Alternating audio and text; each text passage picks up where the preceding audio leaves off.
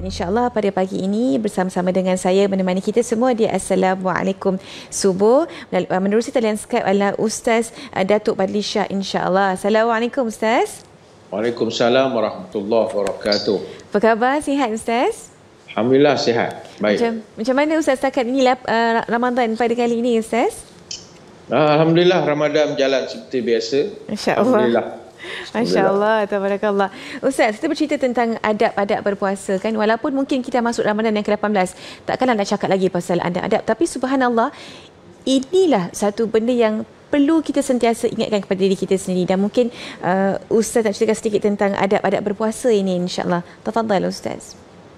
Assalamualaikum warahmatullahi wabarakatuh. Salam. Memasuki hari-hari hampir 10 yang terakhir Ramadan ini, wajar kita bertanya, adakah puasa kita yang kita laksanakan benar-benar berkualiti atau mencapai piawaian yang ditetapkan? Kalau umpama satu produk yang keluar daripada kilang, adakah kita ini nanti akan keluar sebagai produk yang berkualiti ataupun ada banyak kecacatan dalam produk?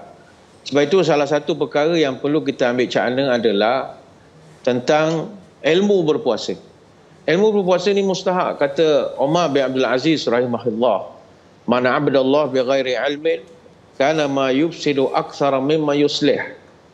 Siapa yang beribadat kepada Allah tanpa ditandarkan dengan ilmu, maka sebenarnya dia banyak buat rosak daripada buat kebaikan. Dia rasa dia buat benda baik, tapi sebenarnya dia lebih banyak mencipta kerosakan. Kata beliau, orang yang tak tahu hukum hakam puasa, entah-entah puasa ni banyak yang rosak. Orang yang tidak tahu perkara-perkara yang disunatkan ketika berpuasa, mungkin dia tak tahu dia telah kehilangan pahala yang sangat banyak kerana dia malas melaksanakan beberapa perkara. Orang yang tidak tahu bahawa maksiat boleh mengurangkan pahala puasa, maka yang dia dapat sepanjang Ramadan hanyalah lapar dan dahaga. Sebab itu adab berpuasa ini mustahak. Dia tata cara, tingkah laku yang dianjurkan semasa kita menjalankan ibadat puasa. Sebab itu saya sering sebut, puasa ini mesti ikut SOP. SOP ni apa maknanya? Sunnah is our priority. Mesti ikut sunnah Nabi. Mesti ikut petunjuk. Dia tak boleh ikut adat. Dia tak boleh ikut cara berfikir kita. Tidak boleh. Macam sekarang orang nak menyambut raya. Dia tak boleh ikut cara fikiran dia. Oh, kenapa tak boleh letak je satu tarikh senang supaya orang senang nak rancang. Ini SOP-nya tidak begitu. Kita kena tengok anak bulan keluar. Dia ada prosesnya. Sebab itu adab-adab berpuasa bulan Ramadan ini merangkumi tata kelola, tata cara sebelum, semasa, selepas berpuasa. Bagaimana kita berinteraksi dengan orang lain, persekitaran sekeliling kita bagaimana. Saya ambil contoh beberapa ringkas lah, beberapa adab-adab berpuasa. Nombor satu sekali, berbuka awal. Tanpa berlengah, apabila kita dengar saja azan maghrib berkumandang. Bukan azan selain itu, azan maghrib saja. Kita tengok kecenderungan sekarang ini, mereka tidak sibuk berbuka apabila azan berkumandang. Yang mereka sibuk adalah mengambil gambar makanan, nak upload di media sosial dan sebagainya lagi. Itu tidak boleh. Karena ashabu Muhammad sallallahu alaihi wasallam asra'an nasi iftaran wa abta'ahum sahuran. Kata Amr bin Maimun al-Audi adalah sahabat-sahabat Nabi, kami tengok dulu mereka paling cepat sekali berbuka puasa dan mereka paling lambat melakukan sahur. Ini yang pertama. Yang kedua adab kita adalah bersahur, mesti bersahur dan melambatkan sahur. Sekarang ni pun kita tengok ada di kalangan masyarakat kita dah tak nak lagi bersahur. Dia kata tak payahlah bersahur, kan makan gemuk, bila makan tidur gemuk. Ini jangan agama ni tak boleh fikir dalam kepala je. Dia mesti ikut SOP yang telah ditetapkan. Dan kalau makan sahur itu jangan pukul 12 tengah malam, jangan pukul 1 pagi, tidak. Tapi hendaklah di penghujung. Kata Zaid bin Sabit radhiyallahu anhu, tasaharna ma'an Nabi sallallahu alaihi wasallam. Summa qama ila salati, qultu kam kana bainal adhan was suhur? Qal qadru 50 ayatan. Hadis Bukhari. Kata Zaid bin Sabit, kami dulu sahur bersama dengan Nabi. Tabi'in tanya, berapa lama jarak gap masa antara azan dengan sahur, antara sahur dengan azan subuh? Dijawab oleh Zaid bin Sabit, kalau baca Quran lebih kurang 50 ayat, lepas tu dah azan subuh. Hadis Bukhari. Jadi mesti di penghujung-hujung. Kalau kita sekarang waktu imsak. Itu yang kedua. Yang ketiga, saya melihat dari segi adab, SOP kita berpuasa ini, hendaklah berbuka dan bersahur dengan buah kurma. Ianya tidak wajib, tetapi ini SOP, sunnah, is our priority. Kalau bersahur misalnya, Nabi sendiri menyebut, ni'mas sahurul mu'min tamru. makanan terbaik untuk bersahur adalah tamar. Ni hadis Abu Daud. Apa makna tamar? Tamar ni kurma kering. Ini pun masalah. Kita makan kurma, sebab terlampau banyak jenis kurma, kita pun tak tahu yang mana satu dah. Tamar ni kurma kering. Dia beza dengan rutab. Rutab ni kurma basah. Beza juga dengan balah. Balah ni kurma muda. Jadi kalau sahur, kurma kering. Kalau berbuka pula, kata para ulama, Nabi mendahulukan rutab, kurma basah, kurma yang lembik dulu. Kata Anas bin Malik, kana Rasulullah SAW yuftiru ala rutabati qabla an yusalli, fa illam yakun rutabatu fa ala tamaratin, fa illam takun hasawatin min ma'in. Kata Anas bin Malik, Nabi kalau berbuka, dia akan berbuka dengan memakan buah-buah kurma yang lembik, kata Anas bin Malik. Kalau tidak ada kurma sebiji dua biji, dia akan teguk air sahaja. Hadis riwayat Abu Daud dan Imam Ahmad.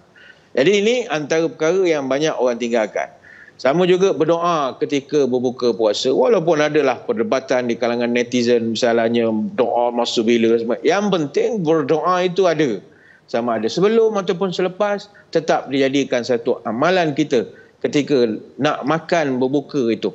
Ini tidak sebab terlalu banyak kita tengok orang sibuk ambil gambar. Dia dah jadi Instagram dah sekarang. Dia jadi masalah pula dah. Terlampau banyak berdiri-diri atas kursi dan sebagainya. Tak berapa manis lah. Kita berbuka ni ada SOP dia. Ada sunnah dia. Dia bukan nak sekadar-kadar share saja cerita dengan orang. Jadi berdoa ketika buka itu mustahab. Yang kelima, menjauhkan sifat-sifat mazmumah, kekalkan positif. Jangan jadikan berbuka sebagai peluang untuk berdating misalnya. Ini ibadat. Ini bukan peluang kita nak bermesra-mesra, nak tersenyum-senyum, candlelight dinner dan sebagainya. Ini ibadah. Jangan kita rosakkan 14 jam puasa kita, menahan nafsu, dengan berdating pula pukul 7 lebih dengan tunang ke, dengan girlfriend ke, apa. Tak sesuai. Ini waktu yang tak sesuai. Benda apa lagi? Banyakkan amalan bersedekah misalnya. Ini amalan yang paling mudah. Orang puan yang tak semayang pun boleh buat. Orang tua boleh buat. Orang OKU pun boleh buat. Mudah. Kalau nak kempen terawih sampai 20 rakaat, tak semua orang larat. Bersedekah ni semua orang boleh buat. Apa lagi? Beriktikaf. Memasuki Ramadan terakhir ni, jangan lupa untuk kita iktikaf. Ini antara contoh-contoh beberapa adab yang kita kena ambil berat bila dah nak masuk 10 yang terakhir ini. Wallahu'alam. Masya Allah, tabarakallah. Satu peringatan yang cukup baik daripada Datuk berkaitan dengan adab-adab berpuasa ini ataupun sunnah is our priority. Tapi subhanallah kan, bila kita cakap pasal sunnah is our priority ni, apa sebenarnya antara hikmah dan manfaat yang boleh kita perolehi bila kita ikutkan SOP ni, sunnah is our priority ni, Ustaz? Tafadhal. Ya, betul. Kalau kita umpama produk lah, kilang, buat kereta misalnya. Kita memasuki satu kilang, kita kena lalui banyak proses department yang pelbagai untuk nak menjadikan kita produk yang berkualiti. Tetapi sayang, apabila kita dah masuk 18-19 hari ini, kita tidak berjaya menjadi produk yang baik lagi. Bahkan ada kecacatan pula. Disebabkan kita tidak mengikut madrasah atau fakulti yang berbeza di dalam University of Ramadan itu. Sebab itu, kita kena balik semula kepada SOP tadi. Kalau kita dapat ikut balik SOP yang tepat, pertama sekali kita akan rasa peningkatan takwa. Kalau dah hampir 20 hari ini, kita tak ada rasa peningkatan takwa, something wrong. Atau makin merudum saja. Sebab itu puasa ini dia mesti meningkatkan takwa. Takwa ni apa? Takwa tu pertama ta tu tawaduk. Orang kedua qaf makna qanaah. Waw tu wara, ya maknanya yakin. Kalau tidak ada tawaduk, qanaah ni merasa cukup, syukur atas segala nikmat. Tak ada sibuk berangan berbuka nak makan itu, nak makan ini, tak ada. Apa yang ada saja. Dia mesti ada sifat itu orang takwa ini. Bukannya dah baru pukul 6.40 dah berangan maghrib nanti nak makan apa. Tak ada. Dia apa yang ada saja. Qanaah wa warak ni menjauhi perkara yang syubhat. Itu yang tidak berdating masa berbuka dan sebagainya. Jangan. Betul, yakin, ya, ada keyakinan. Walaupun mungkin ada tadi sahur tak cukup, nak terkejar-kejar dapat minum air saja. Tapi dia yakin dia boleh teruskan sampai maghrib. Jadi ini mesti ada. Nombor satu, takwa. Ada penjanaan takwa. Yang kedua, orang yang betul-betul ikut ada adab, apa yang Nabi ajarkan. InsyaAllah dia boleh menjadikan diri kita ini kuat. Ataupun tidak bermalas-malasan. Takkan jadi orang yang lembik, orang yang lemah. Sebab itu, kita heran apabila orang Islam masuk bulan Ramadan, dia jadi lembik. Nak tidur bawah meja saja kerja. Tak betul. Sebab bulan Ramadan ni, dia bukan bulan untuk bermalas-malasan. Barang perlu diingat. Banyak peperangan umat Islam ni berlaku perang bulan Ramadan. Yang masyhur pastinya nombor 1, Perang Badar. Itu berlaku bulan Ramadan tahun kedua Hijriah. Begitu duk Perang Tabuk. Dia sebenarnya dah mula pada bulan Rejab tahun 9 Hijrah. Namun pada 26 Ramadan, Nabi baru balik daripada peperangan tersebut setelah mendapat kemenangan. Dan Tabuk bukannya dekat. Begitu juga Perang Zalaqah. Yang ini berlaku di Portugal. Hari Jumaat selepas subuh bulan Ramadan tahun 459 Hijriah. Ini antara perang yang bulan Ramadan. Perang Ain Jalut misalnya. Perang terbesar berlaku pada 15 Ramadan tahun 658 Hijrah. Antara orang-orang bangsa Syamanis Mongol. Begitu juga perang Rom Yom Kippur. Banyak. Artinya, jangan kita merasa lembik apabila berada pada Ramadan. Dan yang ketiga, hendaklah kita kesihatan makin bagus. Bukannya makin badan makin gemuk, muka makin bulat. Ada benda tak kena lah. Tak sepatutnya berlaku seperti itu. Allahualam. Subhanallah. Satu benda yang sangat-sangat bagus ya untuk kita, kata orang, kita check list sejauh mana prestasi kita sebagai seorang individu, sebagai seorang Muslim menjadi lebih baik di Ramadan Al-Mubarak ini. Masya Allah, tabarakallah. Tak berhenti lihat